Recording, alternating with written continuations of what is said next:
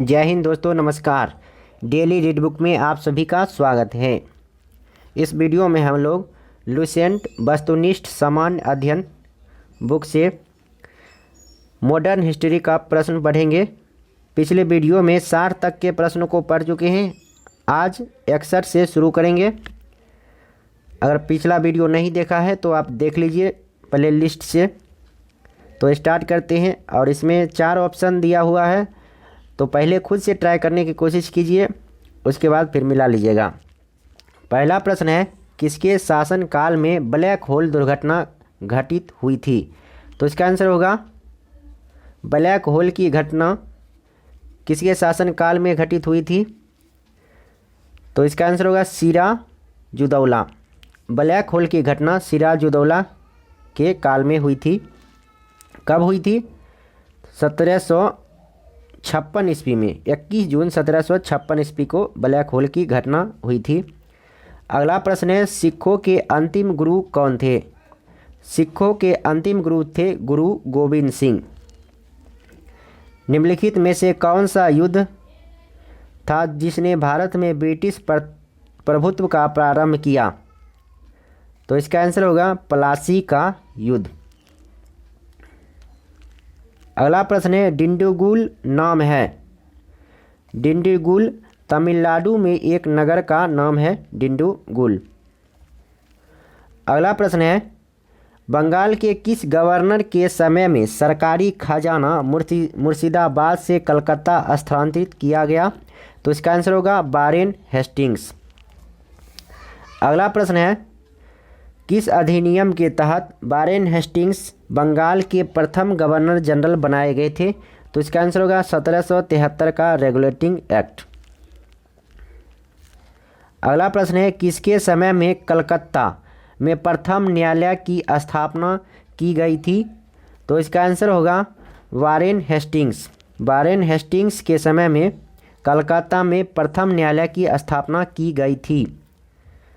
अगला प्रश्न है, बंगाल के किस गवर्नर जनरल के काल में पिट्स इंडिया एक्ट पारित किया गया था?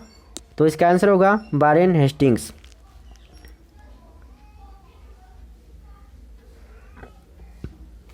अगला प्रश्न है, निम्नलिखित में से कौन से युग्म सही सुमेलित हैं? तो इसका आंसर होगा तृतीय मैसूर युद्ध 1790 से 92 ईस्वी में हुआ था, और प्रथम आंग्ल बर्मा युद्ध 1824 से 26 ईस्वी में हुआ था। यानी 2 और 3 सही है, आंसर डी होगा। अगला प्रश्न है, सिख गुरुओं से संबंधित निम्नलिखित कथनों पर विचार कीजिए। तो इसका आंसर होगा, इसमें क्या कहता है कि कौन सा कथन सही है या सही है?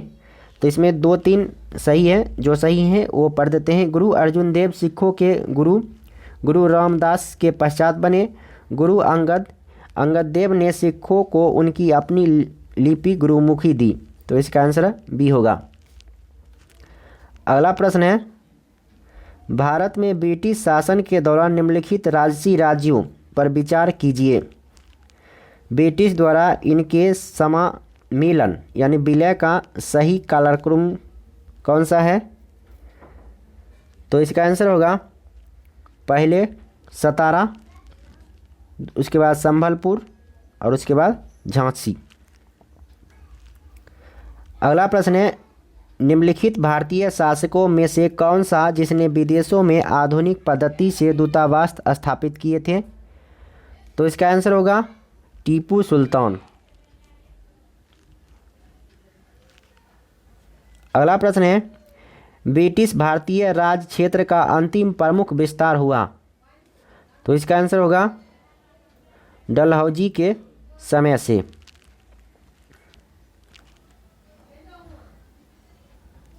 अगला प्रश्न है, सूची 1 को सूची 2 से सुमेलित करना है और सूचियों के नीचे दिए गए कूट का प्रयोग करके सही उत्तर को चुना है।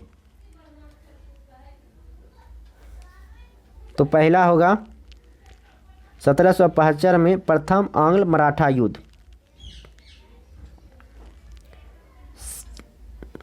1775 में प्रथम आंग्ल मराठा युद्ध, उसके बाद 1780 में द्वितीय आंग्ल मैसूर युद्ध, 1824 में प्रथम आंग्ल बर्मा युद्ध, 1838 ईस्वी में जो एक बचा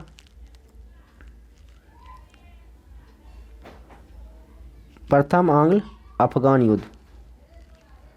तो इस प्रकार इसका आंसर सी होगा। अगला प्रश्न है, ठगों के दमन में निम्नलिखित में से कौन सा संबद्ध है? तो इसका आंसर होगा कर्नल स्लीमेन। ठगों के दमन के संबंध है कर्नल स्लीमेन। अगला प्रश्न है,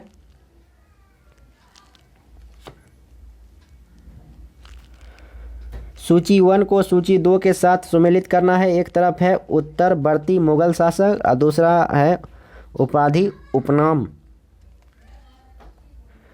तो बहादुर शाह प्रथम को शाहे बेखबर कहा जाता था, फारूक सियर को मुगल वंश का घृणित कायर कहा जाता था, मोहम्मद शाह को रंगीला बादशाह कहा जाता था, बहादुर शाह द्वितीय को जफर कहा जाता था। इस प्रकार इस प्रश्न का आंसर ए होगा। 1707 ईस्वी में औरंगजेब की मृत्यु के बाद मोहम्मद मुअज्जम किस नाम से मुगल सराज सिंहासन पर बैठा? तो इसका आंसर होगा बहादुर शाह प्रथम। बहादुर शाह प्रथम की मृत्यु के बाद जहांदार शाह मुगल सिंहासन पर आसीन हुआ। वह किसकी सहायता से सम्राट बना? तो इसका आंसर होगा जुल्फिकार खां की सहायता से। फारूक सियर किसके सहयोग से मुगल बादशाह बना? तो इसका आंसर होगा सैयद बंधु। फारूक सियर सैयद बंधु के सहयोग से मुगल बादशाह बना था और सैयद बंधु को किंग मेकर भी कहा जाता था। नृप निर्माता के रूप में किन्हें जाना जाता है? तो इसका आंसर होगा सैयद बंधु को, यानी किंग मेकर सैयद बंधु को कहा जाता था। सैयद बंधुओं ने मराठों के सहयोग से किस मुगल सम्राट को सत्ताच्युत कर हत्या कर दी? तो इसका आंसर होगा फारूक सियर। अगला प्रश्न है, सैयद बंधु ने किस किस को बादशाह बनाने का काम किया? तो इसका आंसर होगा सभी को, यानी फारूक सियर, रफ़ी उद दर्जात, रफ़ी उद दौला और मोहम्मद शाह को, इन सभी को बादशाह बनाने का काम किया था ये सैयद बंधु। अगला प्रश्न है, सैयद बंधुओं का पतन किसके समय में हुआ था? तो इसका आंसर होगा मोहम्मद शाह के समय में सैयद बंधु का पतन हुआ था। अगला प्रश्न है, किस मुगल बादशाह का मूल नाम रोशन अख्तर था? तो इसका आंसर होगा मोहम्मद शाह रंगीला। मोहम्मद शाह रंगीला को रोशन अख्तर कहा जाता था।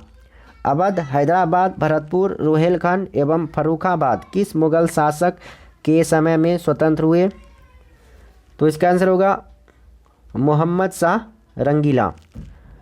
भारत पर आक्रमण करने वाले किस ईरानी शासक को ईरान का नेपोलियन कहा जाता है?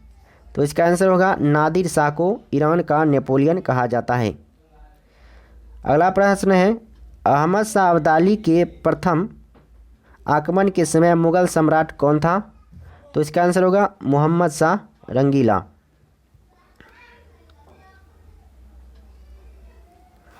अगला प्रश्न है, अहमद शाह अब्दाली ने भारत पर कुल 7 बार आक्रमण किए, जिनमें सर्वाधिक 3 बार आक्रमण किस मुगल शासक के समय में हुए थे?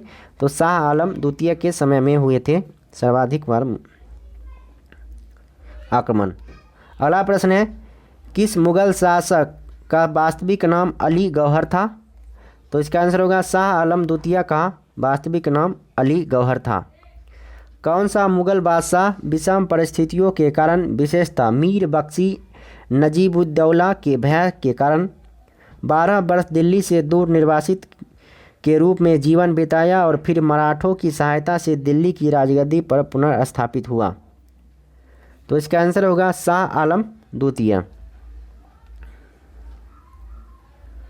कौन मुगल बादशाह एक बड़ा शायर भी था जिसके द्वारा अपने आखिरी समय में कहा गया यह शेर विख्यात है कि कितना है बदनसीब जफर के दफन के लिए 2 गज जमी भी ना मिले कुएं यार में।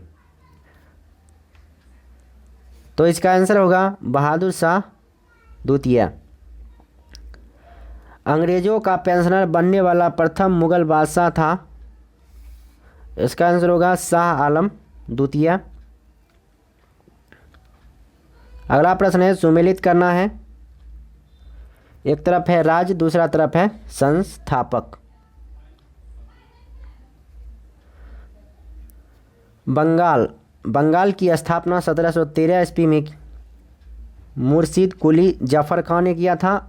फर्रुखाबाद मोहम्मद खां बंगश ने। कर्नाटक की स्थापना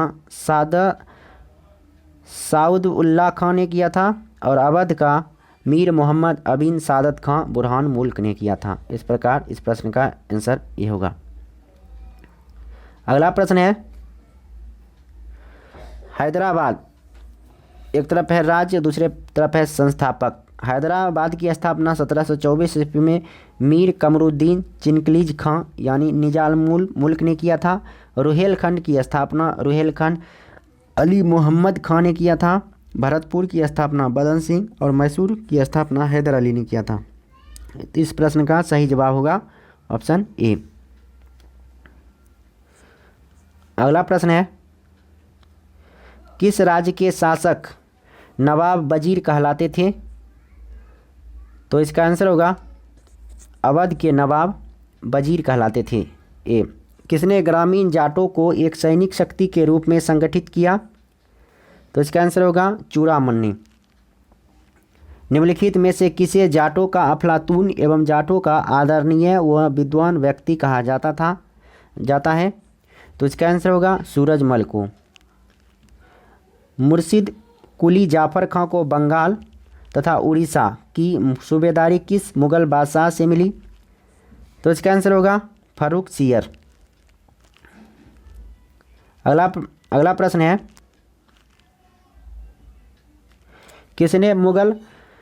किसने मुर्शिदाबाद की स्थापना की तथा उसे ढाका के स्थान पर बंगाल की राजधानी बनाई? तो इसका आंसर होगा मुर्शिद कुली जाफर खां।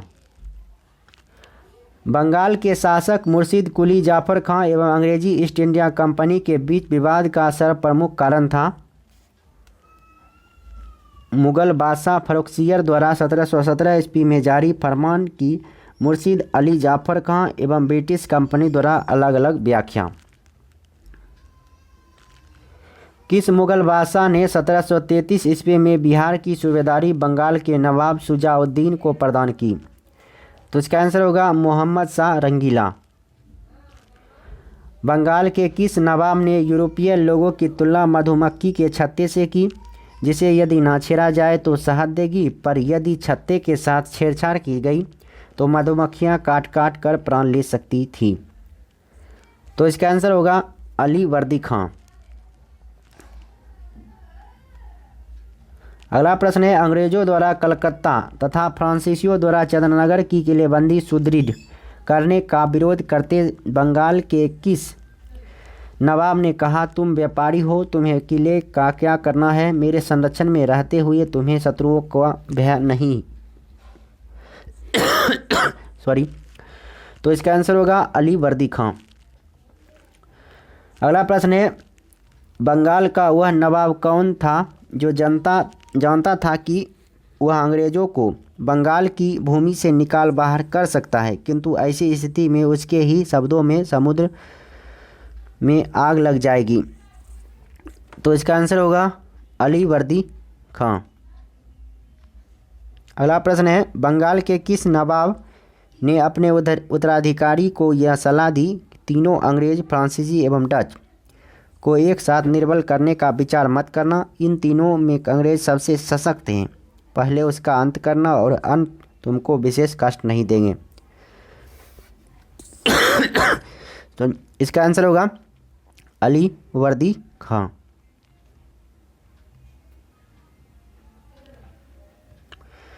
अगला प्रश्न है बंगाल के नवाब अली वर्दी खां का उत्तराधिकारी कौन हुआ? तो इसका आंसर होगा सिराजुद्दौला। अलीवर्दी खां का उत्तराधिकारी सिराजुद्दौला हुआ। अगला प्रश्न है, बंगाल के नवाब सिराजुद्दौला तथा ब्रिटिश कंपनी के बीच विवाद के कारण थे। तो इसका आंसर होगा, ये तीनों विवाद का कारण था। अंग्रेज़ों द्वारा कलकत्ते की किलेबंदी, अंग्रेज़ों द्वारा दस्तक का दुरुपयोग